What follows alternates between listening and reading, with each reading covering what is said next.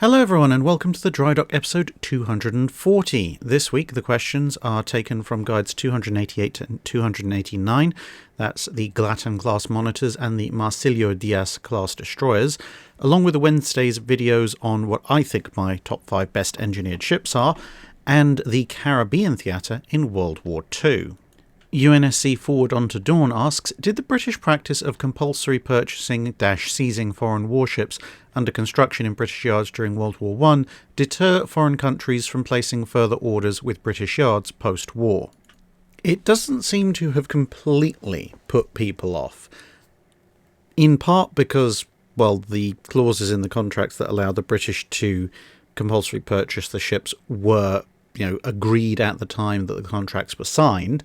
And by and large, the British were pretty good about returning ships that were still around at the end of World War I and or offering other solutions.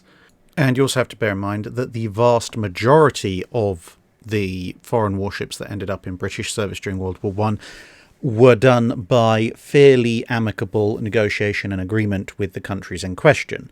Greece, Chile, Portugal and others all went on to order ships from Britain during the interwar period. The only nation that had their ships outright seized without compensation was the Ottomans, and it wasn't just Agincourt, it was a bunch of other ships as well.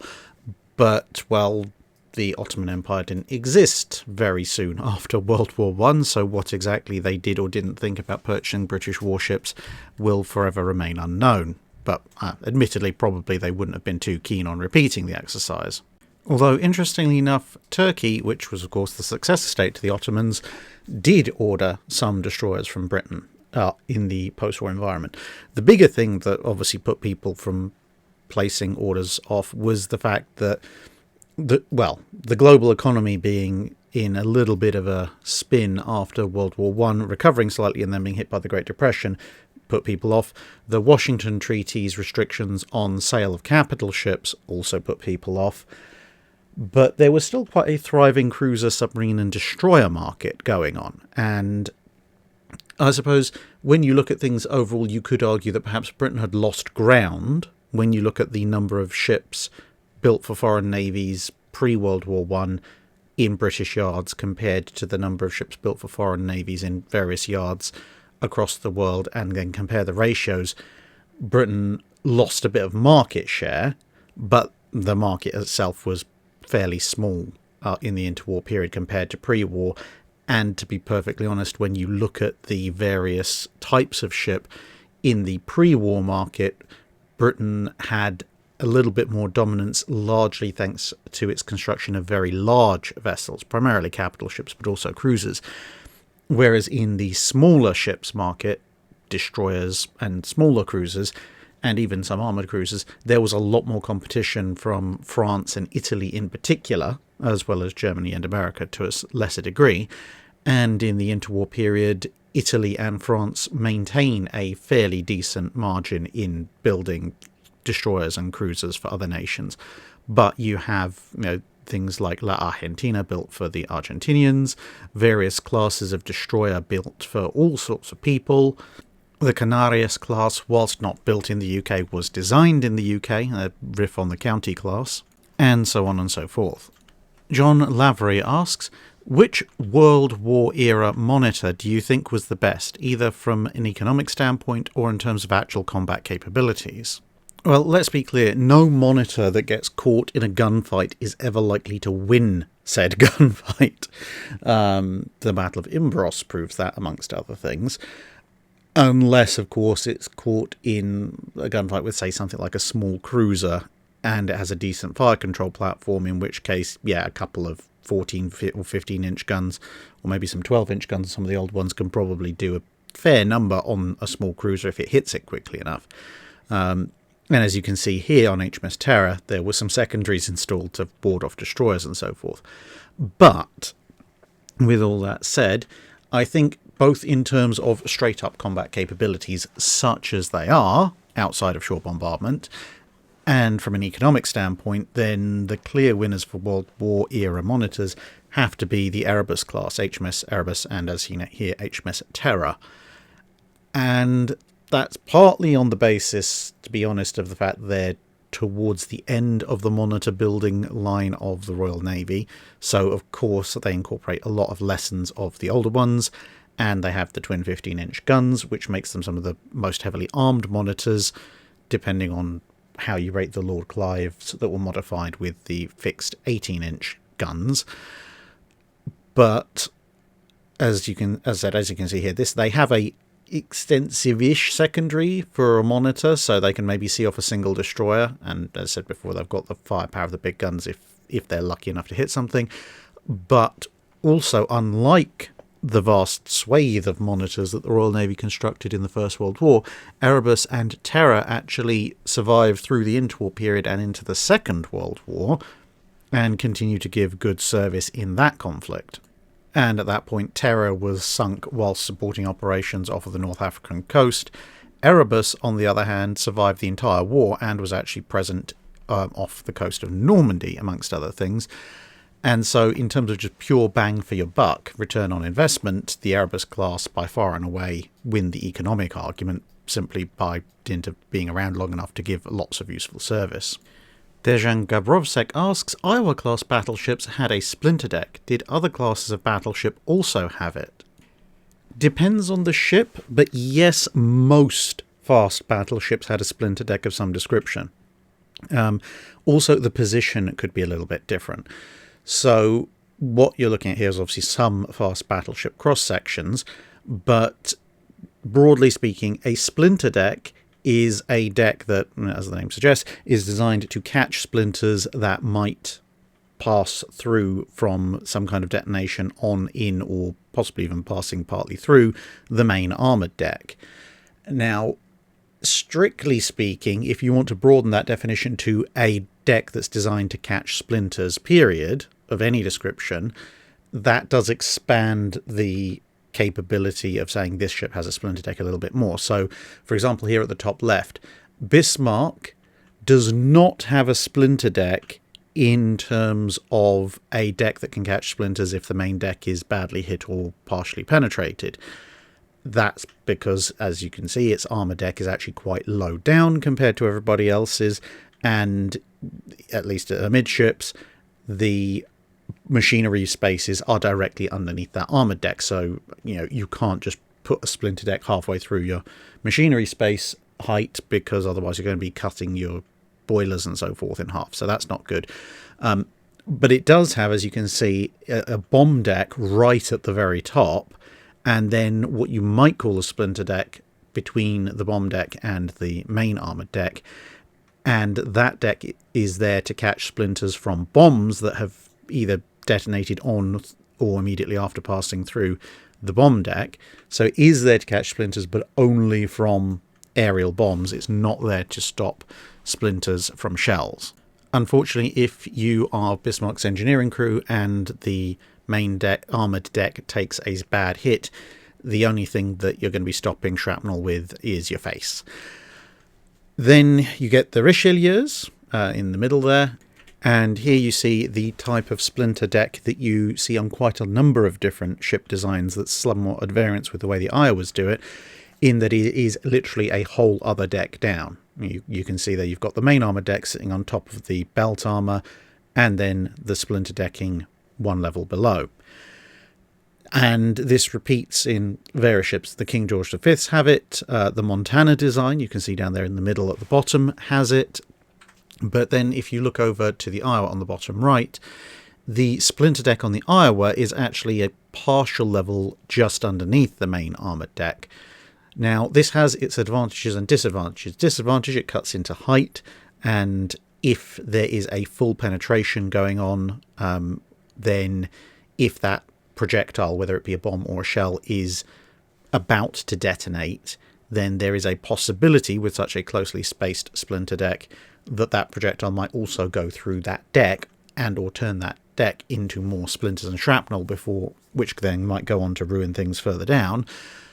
The flip side, of course, is that if you have a very separated splinter deck like Richelieu, King George V or Montana, then that deck between the two is going to be subject to a hail of splinters and so on and so forth. So, potential damage one way or the other. It just very much depends on the scenario in question. But as you can also see above the Iowa there, the Yamato also takes this approach of a much more closely spaced splinter deck. Niels Larsson asks, now that you've made a video about anti-aircraft and capital ship great artillery, I guess that means the main guns, do you have any plans on making a video about dual-purpose guns? I suppose I could do that. And I think at some point in the future I will. However, it is going to be considerably more difficult to do than comparing battleship main artillery or straight up anti-aircraft guns or dual-purpose guns when considering them purely in the anti-aircraft role. And the reason for that is, as I've gone over several times in the Drydock, any dual-purpose gun is a compromise between anti-surface and anti-air capability. And where exactly people sat along that line, I mean, it's a very much more subjective interpretation. Now, granted, most people will tend to favour the gun that goes more in favour of being a good anti-aircraft gun, but it is to a certain extent based on hindsight to say that, whereas, you know, back in the early to mid-1930s, when a lot of these dual-purpose guns were at least at first being looked at, it definitely wasn't entirely clear that you should be focusing on that exclusively. The idea of, you know, surface-based torpedo attack was still a major thing. Bearing in mind, we're also talking about a period before radar, amongst other things.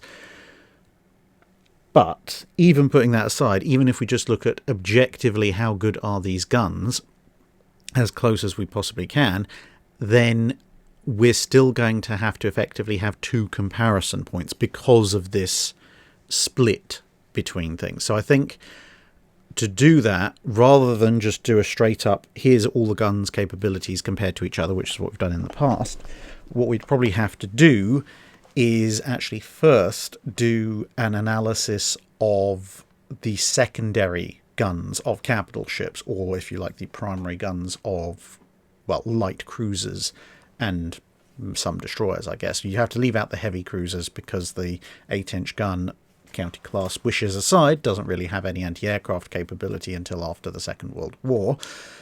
So we'd have to do a comparison of, say, everything between 4 and 6.1 inch, and then we could go, okay, all of these guns evaluated purely as anti-surface weaponry, and we might have to divide it into a pair of categories. So we might have to have destroyer guns and cruiser guns, and then you have really awkward things like the German 5.9, which was found on both.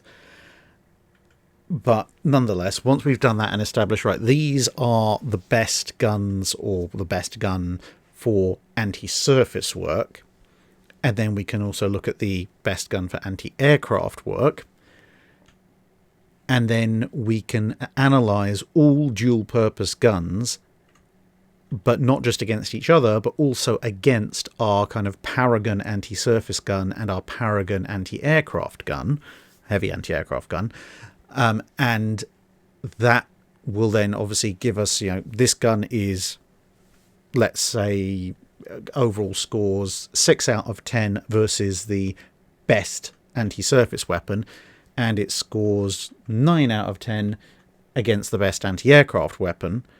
And then you could combine that score and say, right, well, this therefore scores 15 out of 20. And then go along with all the other dual-purpose weapons. And in theory, that would give you the best all-round dual-purpose gun, i.e. a gun that is pretty good at anti-surface work and pretty good at anti-aircraft work. And then obviously you'd have to throw in the caveat of, you know, if you value anti-aircraft armament more than anti-surface armament, so let's say you put a 2/3, 1/3 modifier in favour of the anti-aircraft values, does that change anything? And similarly, if you put yourself in the mindset of a mid-1930s Navy and say, well, maybe we actually value the anti-surface more than the anti-air, and you apply the reverse of that modifier, then maybe this gun is now the best. And well, to do that, firstly, we'd have to do the anti-surface smaller caliber gun ratings before we did the dual-purpose one, and then, of course, there'll be all sorts of arguments over the dual-purpose one. But yes, it could be done. It'll just be really complex. Tanner Hilken asks, when we think of torpedo use in World War I and World War II, we generally think of either destroyers or submarines. However, cruisers and even some capital ships such as Scharnhorst had their own torpedo armament. How often, if ever, did these larger vessels use their torpedoes in combat? For the ships that had them, actually a reasonable amount of the time. Certainly more so in World War I than World War II, but their use was still relatively common in certain theatres in World War II. So, looking at World War I, you're mainly obviously going to be looking at Britain and Germany, but if you look through the records of their protected cruisers, light armoured cruisers in particular, you'll find that those cruisers were quite regularly loosing torpedoes off at each other and at larger targets, and even occasionally at smaller targets, during various clashes in the North Sea, in the Mediterranean, when you're looking at the Austro-Hungarian, Italian and French navies as well, and so on and so forth. Even the battleships got in on the action. Now, obviously, Rodney is the shining example of battleships using torpedoes because she's pretty much, as far as anyone can tell, probably the only one actually got a hit doing so, torpedoing Bismarck. But if you look into the records of Jutland and a few other battleship clashes in World War I, albeit obviously those kind of activities are a little bit rarer, you will find that battleships and battle cruisers were actually loosing a reasonable number of torpedoes at various targets, mostly peer opponents, at various stages in various conflicts. Now, obviously, that's not quite as often as the destroyers running around primarily with torpedo armament, happily firing torpedoes at all and sundry, but it's not an uncommon occurrence either. Skip forward into World War II, and at least for the capital ships, it becomes a lot less of an occurrence, partly because an awful lot of the capital ships have either been built without torpedo launchers or have had their torpedo launchers removed or significantly reduced during the interwar period. So Rodney obviously being one notable exception, it seems relatively likely that somebody on Hood fired a torpedo or two at Bismarck and Prince Eugen. Exactly why, what they were doing, what they hoped to do, etc., we don't know, and we probably never will know, and obviously it didn't accomplish too much, albeit you can probably argue that maybe by causing them to turn away slightly, it partially affected the outcome of Denmark Strait. I know some people do rail against that slightly, or a lot, but I continue to return to the simple fact that Prince Eugen's hydrophone operators were not dumb. Given that they'd managed to correctly identify Hood and Prince of Wales at a considerable distance before they could even see the things, or at least, well, obviously they didn't know exactly that it was Hood and Prince of Wales, but they were able to tell their two British capital ships incoming. At very close range, comparative to that, I doubt they're going to just suddenly imagine a bunch of torpedoes in the water, even if they obviously ran out of steam before they got close to Prince Eugen and Bismarck. You can make an argument in isolation that says, oh yeah, well, there's no way Hood's torpedo men would have fired their torpedoes, which isn't really that strong a basis of saying anything particularly, because it's supposition. But then you have to explain why Prince Eugen's hydrophone operators temporarily took stupid pills, which seems a bit harsh to me, to accuse them of that, but there you go. In any case, moving on to cruisers, quick reference, obviously some of the German ships were refitted with torpedo launchers like Tirpitz, didn't really get a chance to use them though. But the cruisers, now obviously there's a lot of torpedo usage by Japanese cruisers in the opening stages of the war, less so towards the end. The American cruisers, apart from the Atlantas, and the Omahas, I guess, don't have torpedo launchers, so for the most part we can ignore them. But then when you get to, German cruisers, British cruisers, Italian cruisers, again, there is a reasonable amount of torpedo launching going on. Most of the incidents are by the Royal Navy, partly because they're the one with the most cruisers of those three, apart from anything else. But there are some instances of German cruisers and Italian cruisers also launching torpedoes, especially the smaller Italian cruisers, as opposed to their big heavy cruisers. But it should be noted that these larger ships, in especially World War II, expend a decent proportion of the torpedoes that they do fire at targets that are either mostly or almost stationary as basically coup de grace weapons. And indeed that's why they were fitted to turrets, to allow it to just finish off recalcitrant targets that weren't really worth the main gunfire if it was attacking convoys and so forth. Whereas in World War One, almost all torpedo use outside of scuttling is shooting at a moving active hostile target, which as I say, still happens in World War Two, but not quite as much proportionally. NA asks, are you ever going to touch on the airship detachment of the Imperial German Navy? Peter Strasser and his boys deserve recognition, if nothing else, and it would make a nice Wednesday special, since Zeppelins are ships after all. Yeah, at some point that definitely does need to be talked about. The main things I've got to work out is, one, sourcing enough decent photos, not just of them, but of other airships as well, and two, how I'm going to organise all of it, because you, broadly speaking, I think could probably do at least 5 videos on airships. So there'll be one general one on the history of airships as related to naval services, particularly when they're in service to the Navy in question. Then you've got the Imperial German Airship Service, which, as you can see here, is merrily flying above Seydlitz. Then you've got the American experiments with Shenandoah, Los Angeles, Macon, and Akron. And then you've also got the Royal Navy's experiments with airships, and we're talking during all of this as in terms of rigid airships as opposed to blimps, because if we go into blimps, we'd be here all flipping day. But the Royal Navy does have a passing association with airships as well. So you've got US, Royal Navy, and German naval airships as 3 separate videos, in addition to the general history one.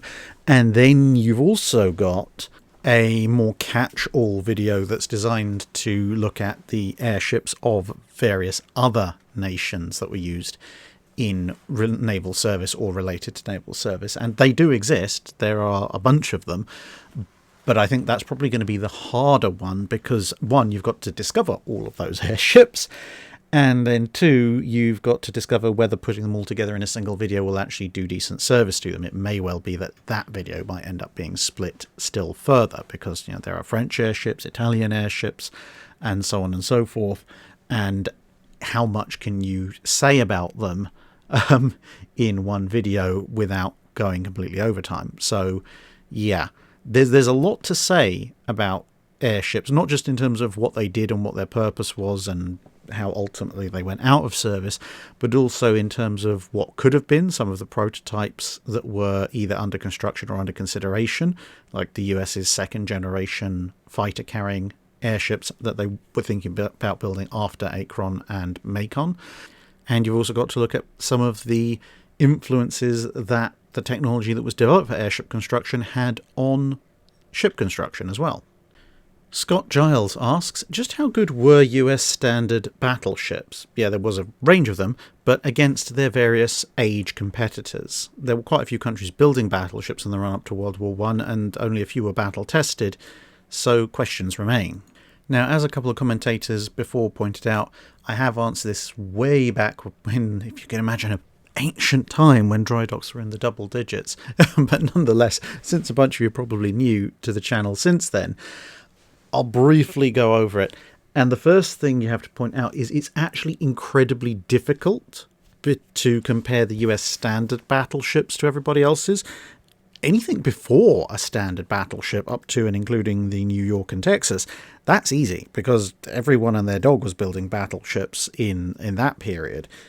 But when you look at the standards, because of the outbreak of World War I, it becomes much, much more difficult. So if we look at the laydown dates of the battleships, because I think that's probably fairest, because you have to do a design freeze, hopefully, unless you're France, and then lay down the ship, and then however long it takes you to build, the technology and capabilities inherent to that ship are probably broadly reflective of that particular time period. I.e. when you lay down the ship. So if you look at, say, the Nevadas, or Nevadas, or Nevadas, or whatever pronunciation you have to use in your portion of the United States or across the planet. They're laid down in the latter part of 1912. So what else is laid down in the latter part of 1912 that we can compare them to? Well, the Japanese don't lay down anything in the latter part of 1912, but it's bracketed by the laying down of the Fusos, so you can compare the Fusos to the Nevadas. The Germans are almost impossible to do, because although they have Kronprinz, the loss of the Königs, laid down in 1912, the bulk of the Königs are laid down in 1911, so you can roughly compare them, but the Königs do represent, broadly speaking, about a year and a half earlier worth of technology, which in this time period can make a huge amount of difference.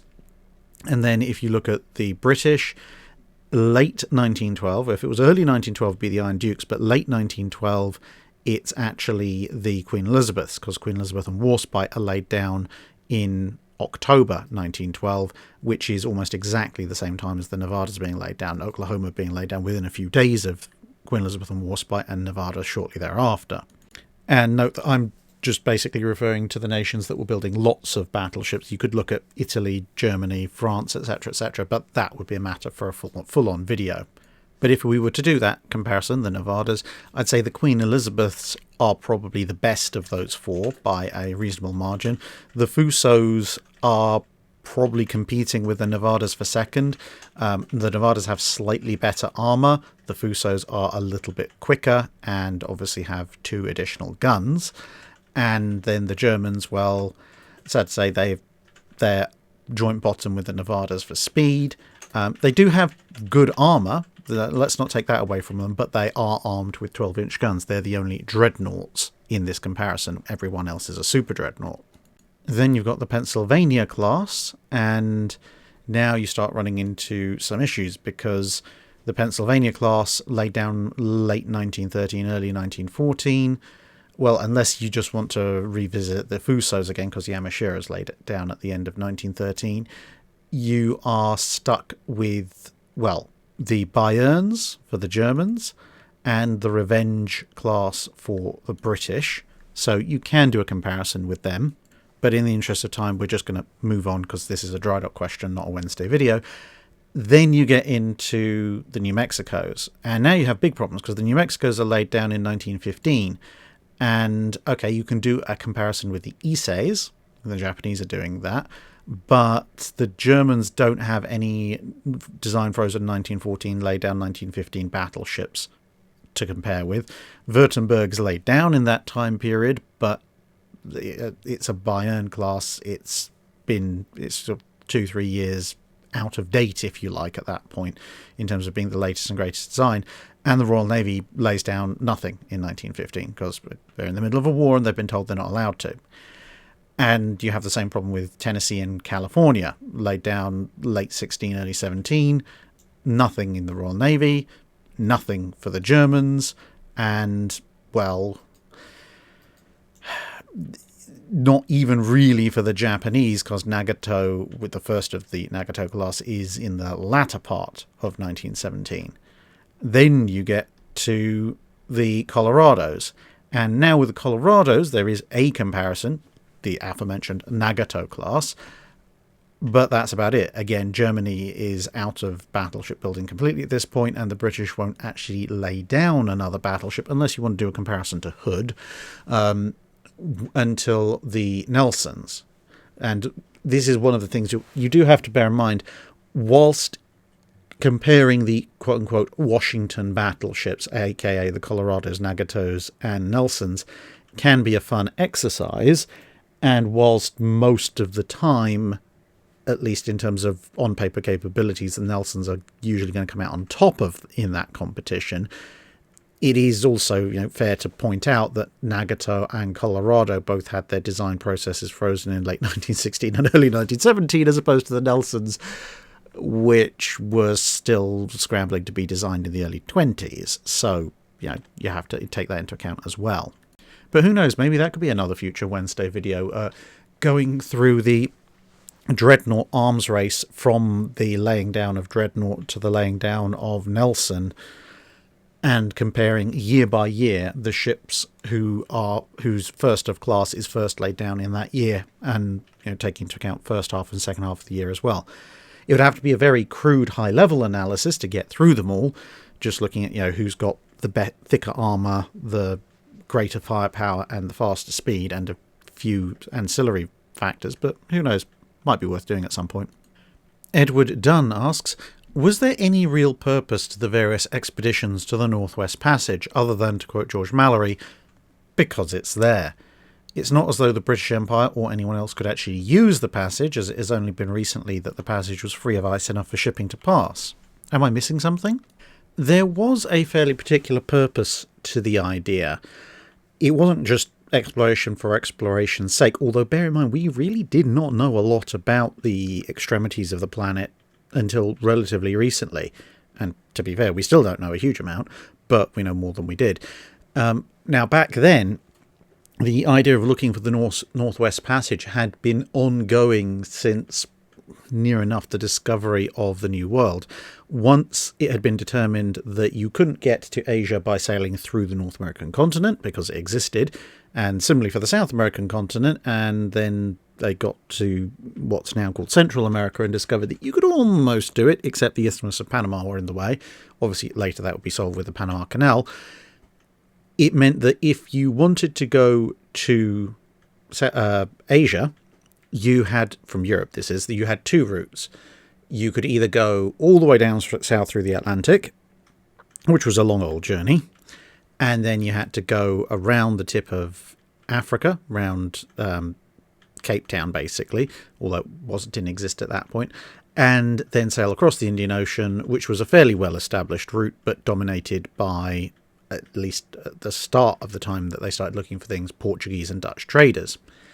Alternatively, you could go round the tip of South America, where if the sea didn't kill you, which it was very likely to do, you then had to transit the entirety of the Pacific, and then you had to also look out for the Spanish trying to get you. And none of this was particularly appealing. So people thought, well, if we go around the top, bearing in mind obviously where Europe sits on the planet, getting to a Northwest Passage and then across the Pacific would be the single shortest route of the three. And since nobody had claimed a good chunk of North America at that point, it should also just be generally relatively safe. And so they started looking. Now, of course, they came across ice, and that was a problem, and they recognised that, okay, the ice advances and the ice retreats, the ice advances and the ice retreats. And so the thought was that perhaps, at least during the summer months, there would be a ice-free passage that you could use around the top of North America, which seemed to make sense. But no one had actually gotten in far enough to work this out. This was complicated by a few other factors, such as the fact that the various people believed, at least until a good way into the Age of Sail, that seawater was incapable of freezing. Now, that might seem ridiculous to you and me nowadays, but you've got to bear in mind that, again, scientific knowledge was much more limited, and you had things like people melting bits off of icebergs and going, the water that comes off of this iceberg is fresh. Therefore, this must have come from a glacier or something similar on land that's broken off and fallen into the sea, and not from the sea. Which, okay, you can see the logic, I suppose. Now, and the problem was that, one, yes, a bunch of those icebergs were actually from freshwater glaciers, so they kind of had a point there. But two, obviously, as anyone who's actually frozen ice for any purpose that doesn't just involve making stuff out of fresh water already for your drinks will know, when you freeze stuff, things can precipitate out of it. So even if you'd unfrozen some sea ice, you might well have got something that didn't taste particularly like the seawater that it was in. Sea ice containing minimal, if any, amounts of salt compared to seawater. And so combining all these ideas, it seemed logical that there should be some kind of passage to the north, and so they kept looking for it. So it, for the most part, was a commercial venture. Even if the expedition itself wouldn't necessarily realise huge amounts of profit, the idea of the expedition was to unlock a passage that would result in huge amounts of profit. Towards the end of these expeditions, when you get into kind of the mid to late 19th century, when it becomes more and more clear that this just isn't going to happen, or is very unlikely to, then it becomes more about the science and just the because it's there element. Spintanium asks, you mentioned U-156 disabled her deck gun by firing it without removing the tampion. Was this a design issue that only affected submarines, as I was under the impression that tampions could be shot through if necessary? Yeah, it pretty much is a submarine-only issue, and that's for, well, two reasons. One specific to submarines, one a little bit more general. The more general point is that different shells have different sensitivities. So if you fire an armor-piercing shell and it hits a tampion, that tampion isn't going to produce anywhere near enough resistance to set off the fuse at the base of an armor-piercing shell. So it's just going to blow straight through that thing, pretty much whatever it's made of. Whereas a high-explosive shell, especially a nose-fused one, is much more sensitive, and therefore a much lesser impact is likely to set it off. And this was the thing with U-156. The gun actually exploded because the shell exploded in the barrel. So that's one factor, and obviously the U-boats are much more likely to be firing high explosive than armor piercing. That aside, you have the additional problem that the tampions for a submarine deck gun are considerably more substantial things than they are for a battleship, cruiser or destroyer, because in any of those cases the tampion's job is to essentially keep the worst of the sea air out, mist, moisture, and of course water when water is breaking over the ship. But the pressure of that water is not going to be particularly large. Now, of course, if you're standing on the bow of a ship and the water breaks green over the bow, that's not good news for you. But a lot of that is just due to the sheer mass of the water and the speed that it's moving at, not necessarily the per square foot, pounds per square foot pressure involved. And obviously not to neglect how much force is involved there. However, back to the point, a submarine's deck gun has to withstand the pressure at however far down that submarine can dive. And that's going to be a lot more pressure and continuous pressure than any gun tampion for a surface vessel is ever going to be expected to stand up to. And you can see this if you look at pictures of U-boats or submarines generally, when they have their deck guns with the tampions on, you'll see that not only is the tampion itself a bit more substantial, it's usually made in part or possibly in whole of metal, whereas a lot of surface-based ship tampions, apart from their covers, aren't. And they also usually have some kind of fairly substantial clip or other kind of metallic strip covering across the face of them as well.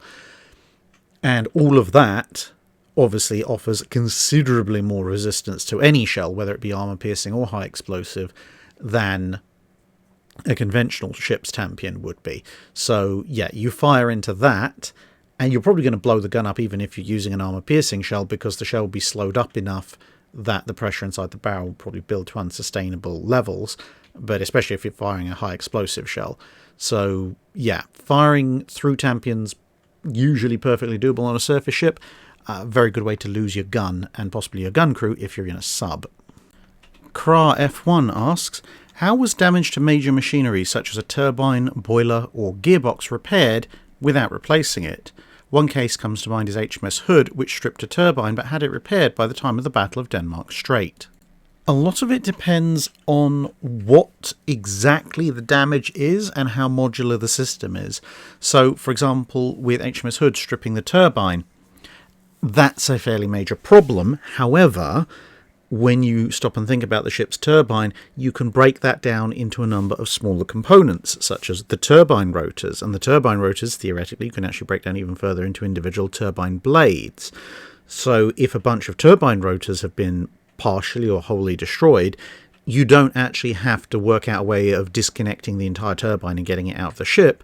What you have to work out is how to get the broken rotors off of the turbine, check that the main shaft hasn't received any major damage, get the bits of broken rotor and blade out of the rest of the system, and then bring down new rotors and blades, which individually can easily fit through hatchways, and fit those. And likewise with a boiler, the length might be a little bit of an issue depending on the type, but if a boiler tube or 4 go, then depending on the type of boiler, you might very well just be able to replace the tube, assuming it hasn't done catastrophic damage to the rest of the boiler. If you have a breach in the boiler itself, well, if you're lucky, you might be able to patch it once you've scraped the remains of the rest of the engineering crew off of the walls. But I mean, I personally wouldn't necessarily trust a boiler that's already gone and that you've patched up, but you could, I suppose, especially in wartime. Gears, that's another matter. If the small gear goes, again, kind of like with the turbine rotors, the small gear, i.e. the one that's connected to the turbine, is small enough that you can, if you can get a replacement, bring it through and replace it. If the big gear, the one that's connected to the propeller shaft, goes, yeah, you're going to have problems, because that thing would be heavy. It also be large, at which point, one, it's relatively unlikely you're going to be able to get it out of the hatchway physically anyway, and even if it would physically fit, I'd love to see you work out how to move the thing. And that's just to get it out of the machinery spaces, let alone get it anywhere else. Now, of course, you do have things like the vents, which may, under certain circumstances, allow you to get larger or heavier objects up or down, depending on how the vents themselves are shaped. Some ships do actually have a series of fairly large hatchways that allow you to get things up and down considerable portions of the ship without having to cut open the ship. So, for example, if you go aboard USS Midway, if you go to the aft section of the flight deck, no, not the flight deck, the hangar deck, sorry, there's what's now been perspecced over, but there is a very large opening in the deck, which allows them to take things as large as entire jet engines deep down into the ship. And in theory, if something was broken deep down into the ship, then you could get its replacement down and the broken thing back up, as long as it's, smaller than about 20 foot by 15 or something along those lines. But battleships, for example, generally don't tend to have that. Weirdly enough, the Des Moines class is a relatively good example, because if you can get something to the hangar on the aft end of a Des Moines class, then you can get it up several levels, as long as the object doesn't weigh as much.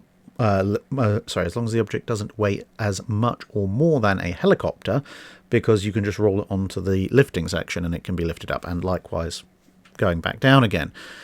So some ships do have some rather unique capabilities, but once something gets beyond a certain size and it's completely broken, then you will end up having to actually flat out replace it. Even then, if you're being very clever, you might be able to break it down into small enough sections you can bring it out piecemeal and bring a new one in and build it up. But some bits, like wholesale machinery replacement, you are just going to have to, unfortunately, open up the ship and pull it out that way in a dry dock with a very large crane. Some ships actually have parts of their decks actually pre-built to be able to allow you to do that, but it's still a very major job. Trevor Polasek asks, I recently saw a video of USS Missouri's guns being fired from inside the turret, and I noticed the gun breech was going up and down. I didn't realise until later that this was the gun's stabiliser. Could you shed some light on how these stabilisers worked and how they kept up with the constant rolling of the ship? So by the time you're looking at gun stabilisation systems in their primary format, the format that you'll see during most of the early part of the 20th century, they are essentially gyro stabilisers. So if you go down into the plotting room of a battleship or a cruiser or something, you will see what, at least in the US, is referred to as the stable element, which will be either built into or next to the Mark I fire control computer, and there'll be a similar corresponding system in Royal Navy ships and so on and so forth, although the names and locations of the system might vary slightly. But the idea is, by using gyroscopes, you can determine what actual level is, and then systems that are attached to the guns will tell you what their current level is as the ship pitches and rolls, and the gyroscopic systems, through a series of complicated calculations which are then electromechanically worked out, can work out on a moment by moment basis what the difference is, and therefore what corrections need to be made via a mechanism, whether that be electric motors or hydraulics or whatever, depending again on the gun type and nation and time period, in order to keep the gun on a level, or once they're aiming at something, once the rest of the fire control computer has calculated it needs to point somewhere, where the gun needs to be in order to maintain that particular level. So, for example, if we just take into account rolling, so if we assume for a moment that the ship isn't pitching, it will be, but let's assume that it isn't for the sake of simplicity. If you are pointing your guns 20 degrees upwards, so the gyro knows that, you know, what 0 degrees is, what horizontal is, and it now knows from the stable element calculations, they know that you want the guns to be 20 degrees above that. Okay, so it can work out that for a 0 level bearing, the guns need to go up, so the sensor now says, okay, the gun is tilted at 20 degrees. Fantastic. Unfortunately, now the ship rolls. Let's say the ship, for ease of argument, the ship rolls 20 degrees. And now the gyro is going, but now my level is corresponding exactly with the level of the guns, and the level sensors that are attached to the ship itself are going, yeah, but we're now at negative 20. So therefore the gun is going to go, all right, okay, well, since we want to be at 20 degrees up, therefore the stable element will say, right, gun, you need to actually go up another 20 degrees. So you need to go, what your mechanical indicators are telling you is 40 degrees above your baseline 0, if indeed the gun is capable of actually doing that. Which it might not be, because not all guns in World War I had the elevation to go up to 40 degrees, and indeed even some in World War II didn't. But you get the general idea.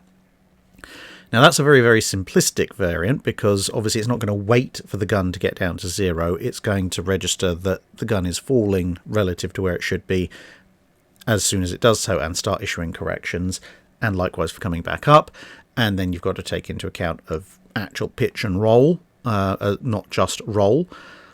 And you've also got to take into account where the gun is aiming, because if the gun is pointing at a target directly ahead, then your pitch sensor is really the only one that you can do anything about. You can't really do much about roll because the turret is not stabilized.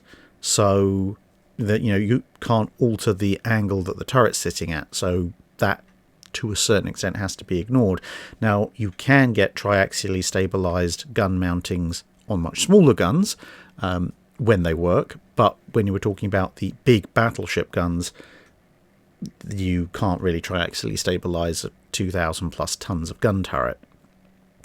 If the gun is pointing perfectly 90 degrees off to one side, then of course with pitch you aren't going to be able to do all that much with it, but with roll you have to correct for that. And if the gun is anywhere between or beyond that, so you've got a combination of pitch and roll that you can adjust for with where the guns are pointing. This is why your stable element needs to do a lot of very complicated calculations, and depending on the system may need access to the input of more than one gyroscope. So yeah, they're unfortunately very, very complicated systems, but whilst the mathematics is complex, it's also simple, and which might sound like a contradiction in terms of what I mean by that is that there's a lot of equations to crack through, but they are basically the same equations. The inputs change, which will give a slightly different output, but the basic form of the mathematics won't actually vary, and therefore you can get an electromechanical system that will keep up with it, which is why, as you said, if you look at a battleship or a cruiser at the time, interior, while it's sailing along, you will see the breaches going up and down, whereas if you look at the video of the ship from the exterior, you'll see the guns pointing nice and rock steady. It's all a matter of perspective. Hi Bacon Bomb asks, just how far can a ship be retrofitted to keep it in service, and at what point is it just not worth keeping upgrading the ship? Well, I think it depends a lot on what era you're looking at. Because if you're looking at, say, the classic age of sail, the 18th century, then a ship could be retrofitted to stay in service for 50 plus years, assuming it was of a useful size. So, if somebody has built, let's say, a 28-gun frigate at the beginning of the 18th century, that might be considered a reasonably powerful frigate. By the end of the 18th century, it's now going to be a 6th rate, so less powerful, but it's still a useful ship, assuming that you can keep ahead of the wood rot and so forth. But if you've, say, built a 64-gunner, that's a fairly reasonable, if somewhat small, ship of the line to have at the beginning of the 18th century. By the end of the 18th century, they really, really are second-line ships in almost all respects. But then you might rasé it to create a heavy frigate. So there are ways and means. Conversely, you could retrofit a ship of the line in, say, 1850 to have a steam engine. But by the time you get to the middle of the 1850s, you've got purpose-built wooden ships of the line with steam engines, which are going to be better. And by the end of the 1850s, you've got ironclads, at which point your converted steam ships of the line really aren't going to be all that long for this world. Then you get to the latter part of the 19th century, where some ships can be obsolete before they're even launched, so retrofitting might not be an option because they physically might not be able to carry big enough guns to be frontline combatants. And then you get to, World War I period-ish, where even a battleship that was absolute cutting edge when it was launched might be a second-line vessel within a decade. Poor old HMS Dreadnought, the most powerful ship on the ocean in 1906. By 1916, she doesn't even merit a place in the Grand Fleet battle line. And by 1921, she's been sent to the scrapyard without much ceremony. And there's not really a lot that you could have done to retrofit something like Dreadnought, because she's not quick enough to keep up with the new battle line speeds of the Royal Navy. She can't carry a large enough armament, she can't be refitted to carry a large enough armament, and she can't carry anywhere near enough armour to defend herself against the latest weapons. So that's pretty much it. Whereas you look at the interwar period, that's a little bit misleading, because people were forced to retrofit ships simply because they didn't have any other choice, because the treaty said you couldn't scrap them and replace them. But even there, you can see by the choices that were made what is and isn't decided to be, in terms of how long you can keep these things retrofitted and in service. The Fusos and the Iseis, for example, they had refits, but they never had the retrofits on the scale that the Congos did. Obviously, they did have some fairly big pagoda masts and everything put on, but they weren't quite modernized to the same extent. And you can see why. The Congos remain an active and viable part of the Japanese battle line into the 1940s, even if they are a little bit eggshell. But the Fusos and the Iseis are basically kept at home and not really all that useful for that much, because even though they've had their speed bumped a little bit, they haven't had Italian-style rebuilds, so they're just, anchors around the feet of the faster ships. The Royal Navy obviously invests in refitting and modernising Renown and the the Queen Elizabeths, because a refitted Queen Elizabeth is still somewhat useful thanks to its speed. A refitted Revenge, not so much. So how far a ship can be retrofitted to keep in service depends an awful lot on the baseline of what that ship is. Is its armament still useful? Is its armour still somewhat useful? Is its speed still somewhat useful? And if any of them are not useful, can you actually plausibly retrofit them for a reasonable amount of money? If not, then that ship's no longer useful to you. But then you get to the period after battleships, mostly as well, when you get the Iowas being recommissioned, and that's because they have unique properties. They're not necessarily related to the fact they have the big guns, although they do come in handy, But there are other properties that the Iowas have in terms of size, their sheer speed and ability to carry fuel, and because of their size, their adaptability to carry other weapon systems as well. So at what point is it just not worth keeping upgrading ships? How long, as I said, how long is a piece of string? It's vastly dependent on exactly what kind of ship you had to start with. But in very broad overall terms, personally, it's not worth upgrading the ships once the machinery has completely given out, because that's going to be a huge amount of expense.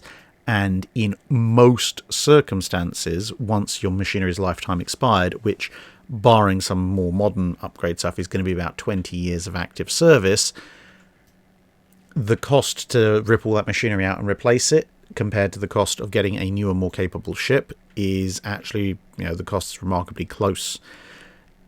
The 20th century, though, once you get past World War I, is a little bit misleading in that respect, because you do get some ships that become lifetime expired but are still refitted and kept in service because there are external pressures like the treaties that prevent you from replacing them, as we mentioned earlier, or because they are now just completely unique vessels like with the Iowas, although the Iowas haven't had to have a full machinery refit just yet. Connor Johnson asks, based on something said in a previous Drydock, how many Flower-class corvettes would have to mob Bismarck to be able to do anything against it more substantial than scratching the paintwork? Well, it depends. In theory, one, if you can launch it fast enough, but in all seriousness, aside from, Flower-class railguns, if you're talking about standard flowers, it's going to be a lot. Because your typical Flower class has some orlicans, maybe a single pom-pom, and a 4-inch deck gun. That 4-inch deck gun doesn't really contain much in the way of armor-piercing capability, and is very short range compared to Bismarck's main guns, and of course Bismarck has the speed advantage, so you could have an arbitrarily large swarm of Flower class, and as long as they're in one direction, Bismarck can just leave without really having to be all that affected, or it can sail out to a range that's beyond the range of the Flower's 4-inch, which isn't exactly that far, and just sit there and pummel them with main and secondary armament until they've all gone away, or Bismarck runs out of ammunition, at which point, again, Bismarck can just leave. The only real way that a Flower class is going to have, at least in its standard configurations, of damaging Bismarck is going to be either getting close enough to fire volleys of Hedgehog rockets at it, which might do substantially more than a single 4-inch gun, or if one of them can get close enough to kamikaze by setting off all of its depth charges.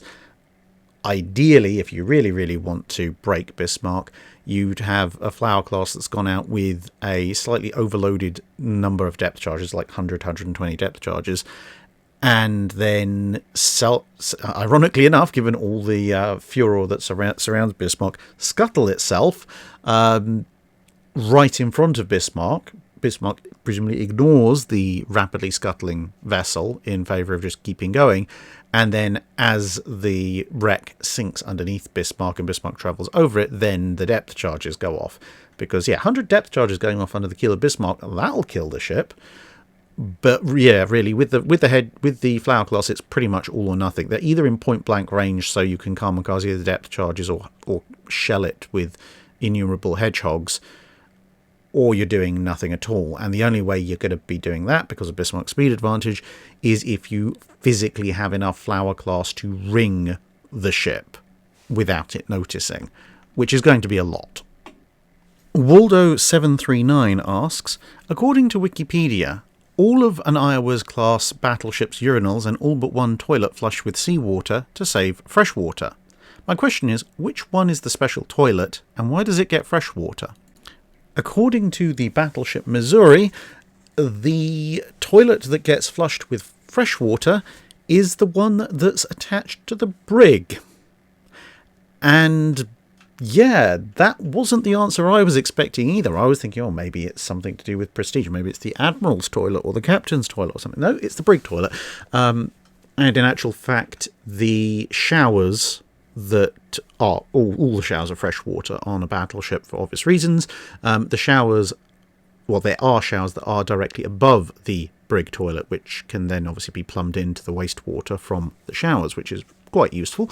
The reason for that, or I guess maybe they share the same freshwater supply, I don't know, I haven't exactly examined the plumbing layout, but the reason is apparently because somebody realised that people who were in the brig, who might not want to be in the brig, if they drank the salt water in the toilet, would then get sick and could get themselves medically excused. And so they built it all so that even if you were desperate enough to get out of the brig that you drank toilet water, you wouldn't get sick, at least from the toilet water. You probably still would get sick, I would think, but it wouldn't be the water's fault. Yeah, that was a weird one to find out, to be perfectly honest. And finally, Glenn Ricafrente asks, do you think Yamato was an efficient design? On a scale of Richelieu to Bismarck, where would it fall? Well, I've got a few minor quips and quibbles with Richelieu's layout, so take that as you will. Nonetheless, Yamato on the whole, I think, is a relatively efficiently designed ship.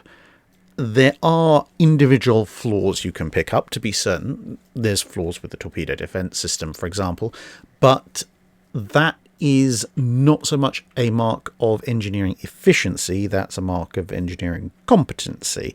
You can have a very efficiently designed system that doesn't work, and you can have a perfectly working system that works all the time that is hilariously inefficient. So the fact that something just is a bad system, it does not in and of itself render it an inefficiently designed system as a whole. So if you to look at the displacement of Yamato, etc., for an 18-inch gun platform, she's not too bad. Bearing in mind that the N3 class, which was the previous generation's 18-inch arm design, was about 49,000 tons as designed, although obviously never built, and that was with the additional weight savings that were inherent to having the all-forward layout, and, well, or near enough a variant thereof, and also didn't have to carry anywhere near as much anti-aircraft gunnery, and also had a slightly thinner belt setup and a considerably thinner turret setup, although it's not exactly difficult to have a thinner turret armour setup than a Yamato. And they did that on 48,500 tons. So if you account for the additional armour that Yamato carries and the additional weight of the anti-aircraft battery and the fact that she's more conventionally laid out, let's say, finger in the air, we're probably maybe adding another 6,000 or 7,000 tons, so you're looking about 55,000 tons to factor all of that in if you're going to design an N3 with those factors involved. And then when you look at the difference between South Dakota and Iowa, where most of the difference in that initial 10,000 ton displacement difference is to get it from 28 to 33 knots, i.e. a 5-knot jump, and Yamato is actually also almost exactly a 5-knot jump between N3 and her speed, although it's 23 to 28 knots, so the overall power increase is not necessarily needed to be quite as much, proportionally speaking. But in any case, allowing for that 10,000 tons, you end up at 65,000 tons, and that's roughly the lower end of Yamato's displacement calculations. So, overall, that speaks to a certain degree of design efficiency. She's certainly not as inefficient as Bismarck in terms of her firepower versus displacement, but that's a more general overview. There is one major bone to pick with Yamato's design from an efficiency perspective. That's her secondary battery. Now, yes, I understand that as designed, she was originally supposed to go up in line battle, and maybe having 9 6-inch guns would be useful in that scenario as broadside, which is what having 4 triple 6-inch turrets allows you to have when you've got these super firing 6-inch positions fore and aft. But honestly, I really actually don't think it was a good idea at all. Because the additional weight and stability issues that those 6-inch turrets would have caused mitigates against it being efficient. Plus, as I've mentioned previously, if you don't have those, you can actually move the aft turret more forward and the forward turrets further aft, which will result in you being able to shorten the armour, both deck and belt, by a fairly considerable length, which will save weight, or, if you want to have the same weight, allow you to considerably increase the thickness of the armour, if you want, or distribute the armour elsewhere, if you feel something else needs more armouring, or make the armour coverage more extensive vertically, or all sorts of things that you could do to improve the ship if you don't have to extend the citadel quite as much. Now, what would you do with those two turrets? Well, you could put 2 triples on either side. Okay, that limits your salvo to 6 guns either side, but to be perfectly honest, I think losing a theoretical 3 6-inch guns in what's supposed to be a battle line vessel is probably not the world's greatest problem. Considering that you're talking about a battle where 14, 16 and 18-inch shells are going to be flung around. If you get your 6 inches involved in the action, something's probably gone horribly wrong, especially with the way that Yamato was supposed to fight. I mean, I personally think the whole thing with choosing triple 6-inch turrets as secondary armament was probably a bit dumb anyway, just generally. Now, admittedly, there's a degree of hindsight talking there. Now, granted, the 100mm, which would be my ideal gun for equipping the Yamato's secondary battery, wasn't actually even beginning to be designed until a year after Yamato herself was laid down. So it's a bit of a stretch to say they should have designed her with a gun that hadn't yet been designed. That is a bit dumb. But instead of all these 666s, now I know that the Japanese 5-inch dual purpose really wasn't all that much to write home about as a dual purpose weapon, but if you'd started with either a British or American style layout, so either multi-stacked twin 5-inch like the US, or single stacked like the British with the King George V, and given the sheer beam of Yamato, you probably could have got quite the impressive stack going, maybe 6 or 7 twin mounts if you were really pushing it.